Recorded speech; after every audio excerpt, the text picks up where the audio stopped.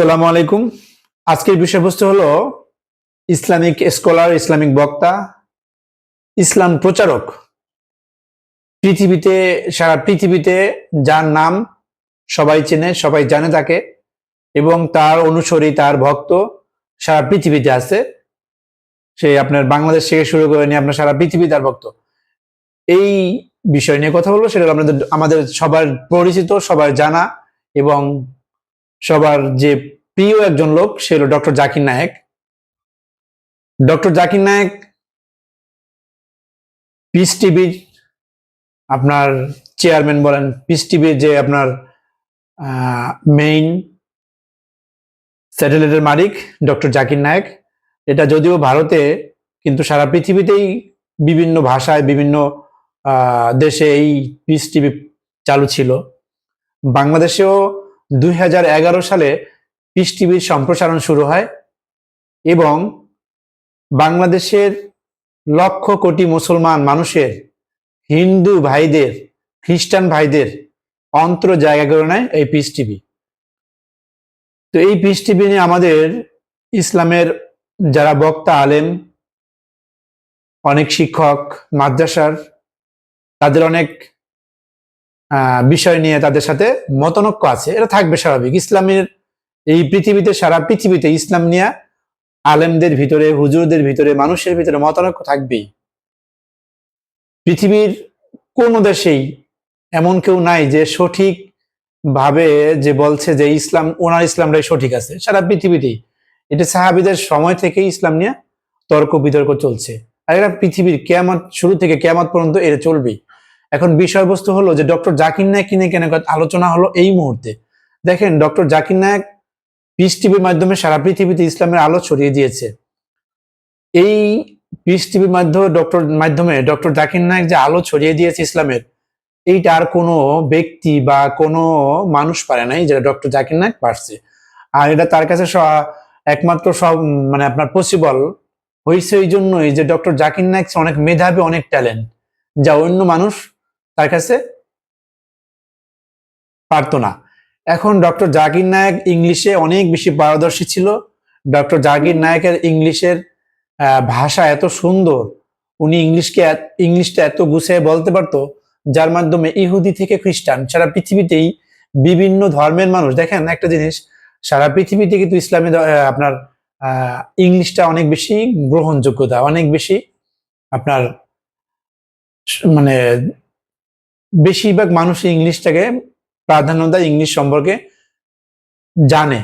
English ভাষাটা এত বেশি জনপ্রিয় যে সারা পৃথিবীতেই দেখা খোঁজা যাবে আপনার ইংলিশ বেশিরভাগ মানুষ জানে, যার কারণে ডক্টর জাকির নায়েক ইসলামটাকে ইংলিশ ভাষার মাধ্যমে সারা পৃথিবীতে ছড়িয়ে দিয়েছে। ডক্টর জাকির নায়েকের মূল উদ্দেশ্য ছিল, ওনার পিস টিভি, ওনার স্যাটেলাইট চ্যানেলের উদ্দেশ্যই ছিল যে আমার এখানে একটা ফাউন্ডেশন থাকবে, এই ফাউন্ডেশনে পৃথিবীতে যতটা ভাষা আছে, মূল ভাষায় আমার এইখান থেকে আমার লেকচার সারা পৃথিবীতে আমি ইসলামের আলো ছড়িয়ে দেব লেকচারের মাধ্যমে।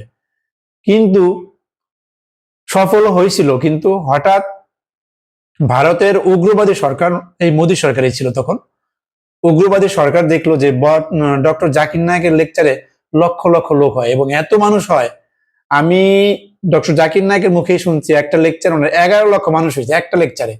উনি বলছে যে আমি এত মানুষ আমি পিছন দেখতাম না চোখে, আমি প্রজেক্টের মাধ্যমে পিছনে লোকগুলো দেখতাম। ডক্টর জাকির নায়েকের কথা। আর আমাদের বাংলাদেশে ছিল আল্লামা দেলোয়ার হোসেন সাঈদী, ওনার মাহফিল অনেক বেশি মানুষ হইতো। বর্তমান মিজানুর রহমান আজহারি। এখন মূল কথা হলো যে ডক্টর জাকির নায়েকের পিস টিভি কেন বন্ধ করা হলো। দেখেন, বাংলাদেশে কিন্তু 16 বছর একটা ইসলাম বিরোধী সরকার ছিল, যারা আলেমদের সবচেয়ে বেশি নির্যাতিত করতো, সবচেয়ে বেশি নিপীড়নের শিকার হয় এই সময়টায় আলেমরা। বড় বড় আলেম থেকে শুরু করে নিয়ে আপনার মাদ্রাসা ছাত্র, জঙ্গি নাটক সাজিয়ে লক্ষ লক্ষ আলেমদের জেলে বিনা দোষে জেল খাটিয়েছে এই 16 বছরের সরকার।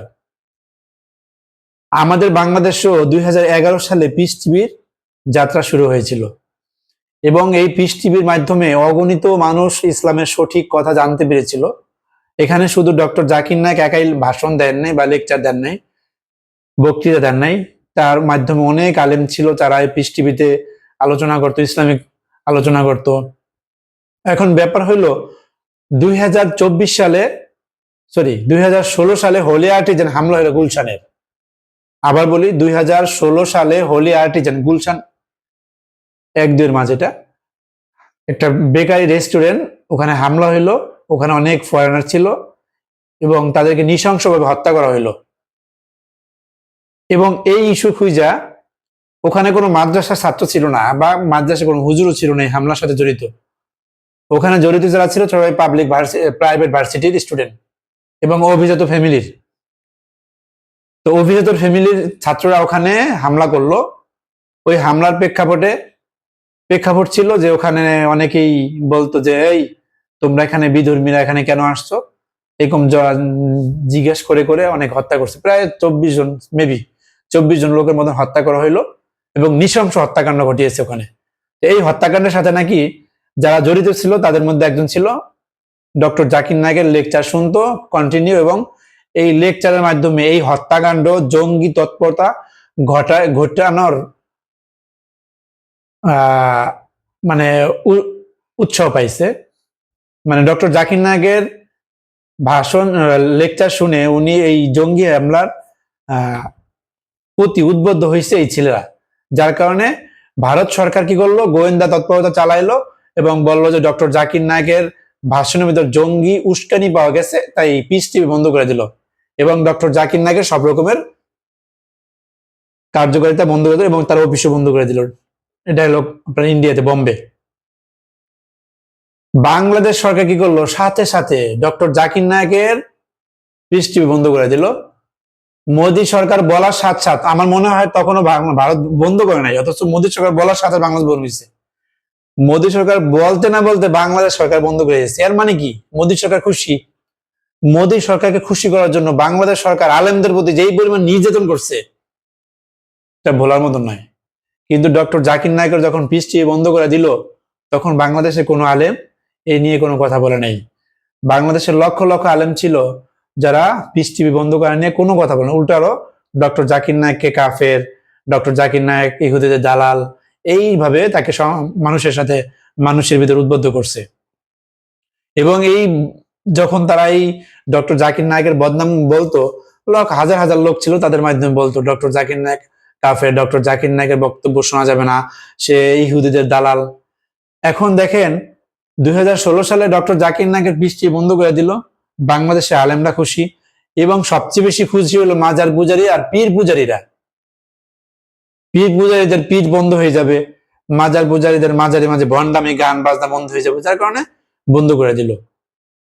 এখন ব্যাপার হলো ডক্টর জাকির নিয়ে এই ইস্যু টানলাম আমি এখানে। দেখেন ডক্টর জাকির নায়েক কিন্তু সারা পৃথিবীতে নাম করা, আর তার নামে কিছু পায় নাই, তাও ষড়যন্ত্র করে তার পিস টিভি বন্ধ করে দিল এবং তাকে আইনের মাধ্যমে তাকে সাজা হলো কি সে জঙ্গি তৎপরতায় জড়িত, তার কোনো লেকচার বা তার কোনো ইসলামিক কোনো কালচার, কোনো বক্তব্য, কোনো আপনার সভা সমাবেশ করতে দেওয়া যাবে না। এটা ভারত সরকার করছে, বাংলাদেশ সরকার তাই। যাক, আলেমরা খুশি হলো, এক্সটার্নাল আলেমরা খুশি হলো, সাথে সুন্নি আলেম যারা দাবি করে মাজার পূজারী তারাও খুশি হইলো ডক্টর জাকির নায়েকের এই ব্যাপারে। তবে ডক্টর জাকির নায়েকের মধ্যে স্মার্ট, এত চৌকস ইসলামিক স্কলার পৃথিবীতে খুব রেয়ার, যারা লক্ষ লক্ষ মানুষের সামনে ইসলামকে এত সুন্দর করে ফুটিয়ে তোলে। ইহুদি, খ্রিস্টান, বৌদ্ধ, নাস্তিকদের সব রকম কথা জবাব দেয়, খুব কম। যাই হোক, এখন মূল বিষয় হলো ডক্টর জাকির নায়েক এবং বাংলাদেশের একজন নাগরিক চিন্ময় প্রভু, এই চিন্ময় প্রভুকে অ্যারেস্ট করার নিয়ে বাংলাদেশ ভারত তোলপাড়। ভারত সরকার, ভারতের চ্যানেল নানান রকম ষড়যন্ত্র করলো। মনে হয় যে ভারতের চ্যানেল না, ওইটা হলো আপনার একটা গুজবের আড্ডাখানা, এবং এই গুজবের সাথে আমাদের বাংলাদেশের এক শ্রেণী মানুষ তাল দিতেছে। এই তাল যায় কারা, এটা বুঝতেছেন যারা বাংলাদেশ থেকে যারা পালিয়ে ভারতে গেছে এবং তারা এটাকে উস্কানি দিচ্ছে। হ্যাঁ, তবে শোনা গেছে নাকি অনেক টাকা তাকে দেওয়া হয়েছে, লবিং করা হয়েছে যে তোমরা এরকম বাংলাদেশের নামে মিথ্যা তথ্য ছড়াও যাতে বাংলাদেশের বর্তমান সরকারকে বিপদে ফেলান যায়, এই বিষয় নিয়ে। তবে চিন্ময় প্রভুকে অ্যারেস্ট করা নিয়ে ভারতের তোলপাড়, সারা পৃথিবীর হিন্দুরা তোলপাড় হয়ে গেছে। অথচ ডক্টর জাকির নায়েক যখন বাংলাদেশ সরকার নিষিদ্ধ করা হলো, পিস টিভি ভারতে যখন নিষিদ্ধ করলো, তখন আলেমরা চুপ ছিল। হ্যাঁ, আলেমদের মধ্যে মতানৈক্য থাকবে, ইসলামিক লোকের ভিতরে মতানৈক্য থাকবে, কিন্তু অভ্যন্তরীণ। কিন্তু সামাজিকভাবে মৌলিক যে বিষয়গুলো, এইটা দেখতে হবে যে মৌলিক, ডক্টর জাকির কি নায়েক নামাজ পড়েন, উনি কি মানুষকে ফরজ যেই মৌলিক বিষয় ইসলামের, এ থেকে মানুষকে দূরে রাখেন, এই বিষয় নিয়ে কি তাদের ভিতরে পার্থক্য দেখা যায় নাই। অথচ ডক্টর জাকির নায়েক এত কিছু করলো ইসলামের জন্য, অথচ ইসলামিক বক্তারাই তাকে নাস্তিক, কাফের, মুরতাদ বলে ফতোয়া দিয়া সারা বাংলাদেশের মানুষের কাছে কালার করলো। এখন দেখেন চিন্ময় প্রভুর ব্যাপার নিয়েও কিন্তু ইসলাম বাংলাদেশের একটা শ্রেণীর মানুষ চুপ। মাজার পূজারি বলেন, পীর পূজারি বলেন, কিছু শ্রেণীর মানুষ কিন্তু চুপ, তারা কিন্তু চিন্ময়কে নিয়ে কোনো কথা বলে না। অথচ দেখেন ভারতের হিন্দুত্ববাদী যারা, আপনার ভারতের মৌলবাদী হিন্দু যারা আছে, উগ্রবাদী, তারা কিন্তু চিন্ময়কে নিয়ে সোচ্চার এবং দেখছে চিন্ময়কে কিন্তু ইসকন থেকে নিষিদ্ধ করা হয়েছিল যৌন নিপীড়ন, শিশুর সাথে যৌন নিপীড়ন কারণে চিন্ময়কে ইসকন থেকে নিষিদ্ধ করা হয়েছে। অথচ এটা ভারত সরকার মানতেই রাজি না। চিন্ময় তো ভারতের নাগরিকও না, চিন্ময় হচ্ছে বাংলাদেশের নাগরিক। বাংলাদেশের যদি কোনো অন্যায় করে থাকে সে আইন অনুযায়ী সাজা পাবে। বাংলাদেশের লক্ষ লক্ষ আলেমকে জেলে পুরেছে এই সরকার, তখন তারা কোনো কথা বলে নেই। ভারতের মুসলমানরা তো কথা বলে নেই। যাই হোক, ভারতের মুসলমানরা কথা বলতে পারে না, নাম প্রচার করে, নাম প্রকাশ করতে পারে না আমি মুসলমান। সেই সমস্ত হিন্দুত্ববাদী উগ্রবাদী হিন্দুরা আজকে মুসলমানদের বাংলাদেশের মানবতা নিয়ে কথা বলে। এর চেয়ে লজ্জা, এর চেয়ে অসভ্যতা আর কি হতে পারে? আপনারাই বলবেন। ডক্টর জাকির নায়েকের প্রতি যে অন্যায় অবিচার করা হয়েছে, এটা শুধু ডক্টর জাকির নায়েকের উপর করা হয় নাই, আমাদের মুসলমানদের, সারা পৃথিবীর মুসলমানদের উপর করা হয়েছে। আর ডক্টর জাকির নায়েক কিন্তু কোনো লেকচারে শুধু মুসলমান ছিলেন, ওখানে হিন্দু, বৌদ্ধ, খ্রিস্টান সব রকমের মানুষ ছিল। এরকম বক্তা পৃথিবীতে আর নেই। ধন্যবাদ। আমি আজকে অনেক বেদনা ভারাক্রান্তেই কথা বললাম যে ডক্টর জাকির নায়েকের উপর যে অবিচার করা হয়েছিল, এই অবিচারের কারণেই তো আজকে ভারতবর্ষে হিন্দুরা মুসলমানদের উপর নির্যাতন করতেছে। মুসলমানরা গরুর মাংস খাইলে মুসলমানদের পিটিয়ে হত্যা করতেছে। মুসলমানদের মসজিদ বুলডোজার দিয়ে ভেঙে দিচ্ছে। এটা কি শুধু ভারতের হিন্দুদের অত্যাচার শুধু মুসলমানদের জন্য না, সারা পৃথিবীর মুসলমানদের জন্য। আজকে মুসলমানরা কোনো কথা বলে না, অন্যায় দেখে চুপ থাকে যে ওটা আমাদের না, ওটা হিন্দুদের, সরি ওটা অন্য মুসলমানদের। এরকম না। আপনি একটা জিনিস খেয়াল রাখবেন যে যখন কোনো মুসলমান শুধু যেইখানে